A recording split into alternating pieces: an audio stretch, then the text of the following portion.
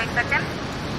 Lift off normal. Here we have a majestic liftoff of LVM-3 M4 rocket carrying India's prestigious Chandrayaan-3 spacecraft. P2 tracking. प्रज्वलन और सफलतापूर्ण उत्थापन LVM-3 M4 rocket का। चंद्रयान-3 की शानदार गौरवपूर्ण उड़ान। गगन को चीरता हुआ चंद्रयान-3 उड़ चला। लगभग 40 दिन में चूमेगा चंद्रमा की सतह। किन 10 चरणों में पूरा होगा ये लंबा सफर।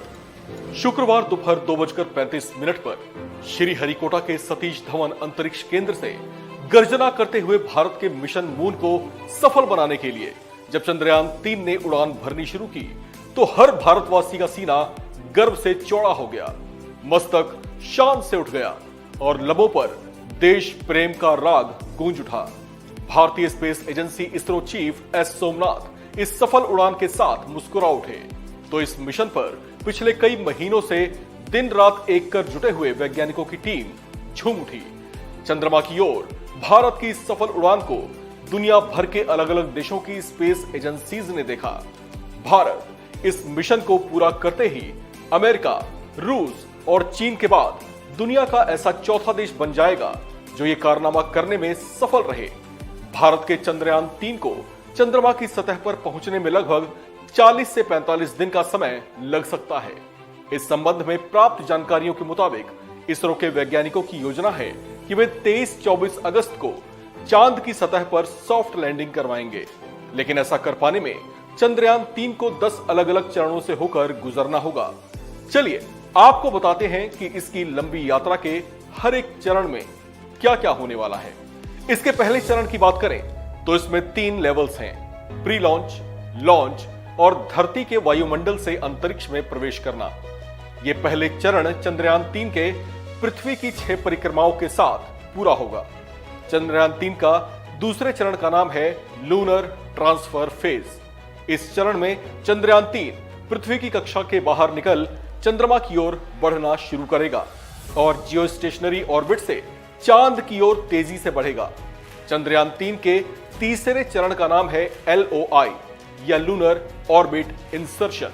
यह महत्वपूर्ण चरण है क्योंकि इसी चरण में चंद्रयान-3 चंद्र कक्षा में प्रवेश कराया जाएगा, जबकि चंद्रयान-3 के चौथे फेज में चंद्रयान-3 चंद्रमा की सतह से करीब 100 किलोमीटर ऊपर 7-8 ऑर्बिट मैन्यूवर करेगा। इसे सरल भाषा में युद्धाभ्यास कह सकते हैं। चंद्रयान-3 के 5वें चरण प्रोपल्शन मॉड्यूल और चंद्र मॉड्यूल एक दूसरे से अलग हो जाएंगे। छठा चरण डी बूस्ट चरण है, जहां अंतरिक्षयान का वेग उस दिशा में कम हो जाता है जिस दिशा में वो जा रहा है।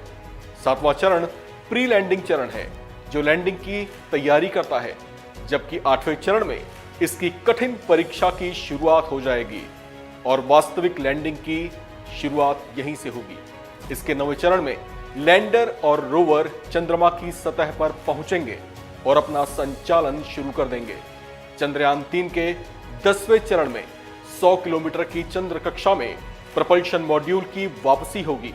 लेकिन जितनी सरलता से ये बातें हमने आपको समझा दी, ये उतनी सरल है नहीं, क्योंकि ये मिशन भारतीय अंतरिक्ष एजेंसी इसरो के लिए किसी कठिन चुनौती की तरह है। दुनिया भर की निगाहें भारत के मिशन मून पर टिकी हुई हैं। ऐसा होते ही दुनिया में भारतीय स्पेस प्रोग्राम की ख्याति बढ़ जाएगी और स्पेस मिशन में भारत का मस्तक गौरव से उठ जाएगा। इस वक्त हर भारतीय बस यही कामना कर रहा है कि भारत के इस चंद्र मिशन को सफलता मिले और भारत का गौरवगान और उसकी कीर्ति दुनिया भर में गाई जाए। हम भी यही कामना करते हैं, आप भी यही कामना कीजिए। इस खबर में फिलहाल इतना ही। बाकी अपडेट्स के लिए आप बने रहिए वन इंडिया हिंदी के साथ।